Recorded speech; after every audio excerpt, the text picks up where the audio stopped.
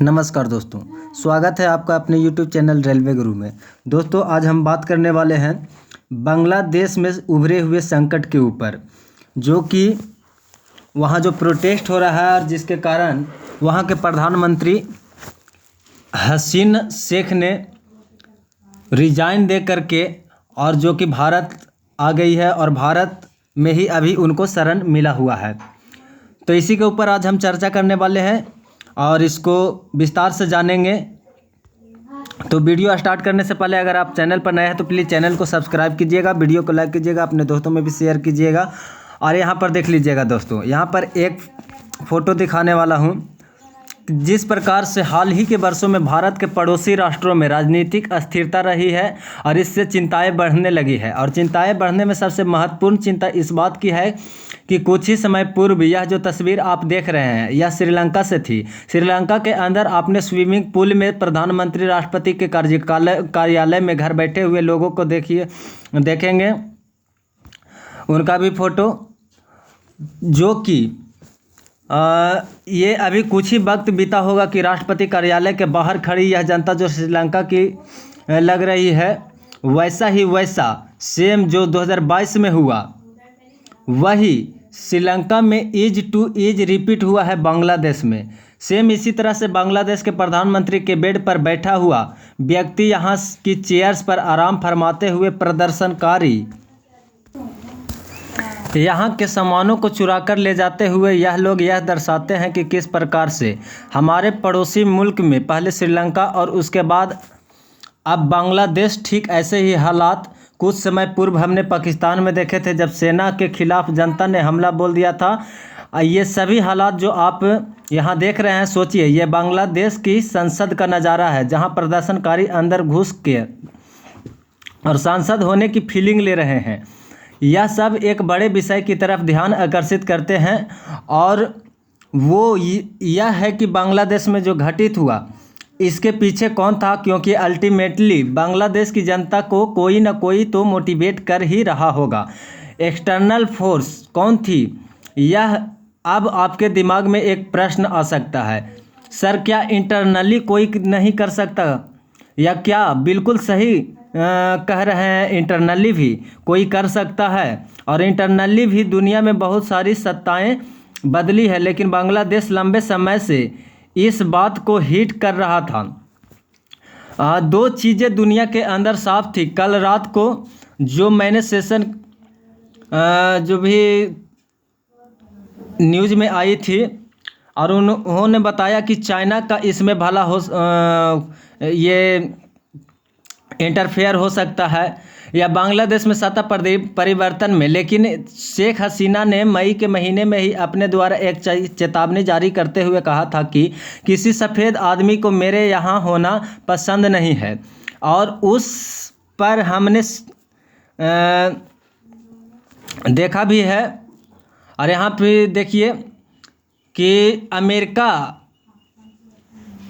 पर भी कई न्यूज़ ऐसा आ गया है जब शेख हसीना के द्वारा इस प्रकार के आरोप लगाए गए थे। इसका मतलब यह हुआ कि बांग्लादेश की वर्तमान स्थिति कहीं ना कहीं आज के इस दौर तक पहुंचने में कोई विदेशी ताकत में अमेरिका ताकत होने पर निशाना किया जा रहा है।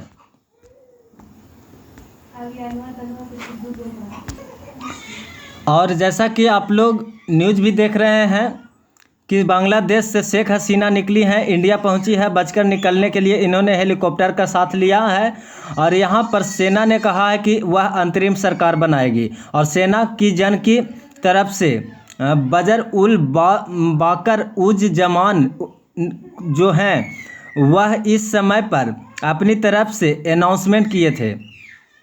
कौन किए थे? तो बजर उल बाकर उज जमान। लेकिन शेख हसीना ने मई में जिस बात की तरफ इंडिकेशन किया था, इससे बड़ी खबर यह बनती है कि क्या इस काम को करने में अमेरिका का हाथ है क्या? अमेरिका ने बांग्लादेश में इस तरह से दंगे करवाए हैं, और सबसे इम्पोर्टेंट बात बांग्लादेश में जो हुआ है भारत के लिए वह कितनी चिंता की बात है, इसी को ध्यान में रखते हुए आज का ये सेशन है। तो मेरे प्यारे साथियों, शेख हसीना कल जब आप लोगों ने देखा कि हिंडन एयरबेस पर उतरी। शुरुआती जानकारी में पता चला था कि बांग्लादेश में हो रहे प्रदर्शनों के चलते यह देश छोड़कर निकली थी,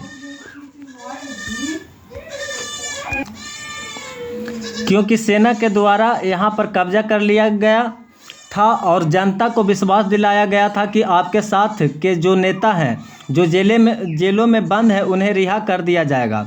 और इसी के चलते खालिदा जिया को जेल से रिहा करने का भी अनाउंसमेंट कर दिया गया। और जो प्रदर्शनकारी जो कि शेख हसीना के खिलाफ थे, जो उनके पिता की तस्वीरें मूर्तियां तोड़ रहे थे, यहाँ पर देख लीजिएगा, शायद इसमें नहीं है, यहाँ पर हमारे पास नहीं है, वो बाद अगले एपिसोड में आप लोगों को दिखा दूंगा। जो तस्वीरें तोड़ रहे थे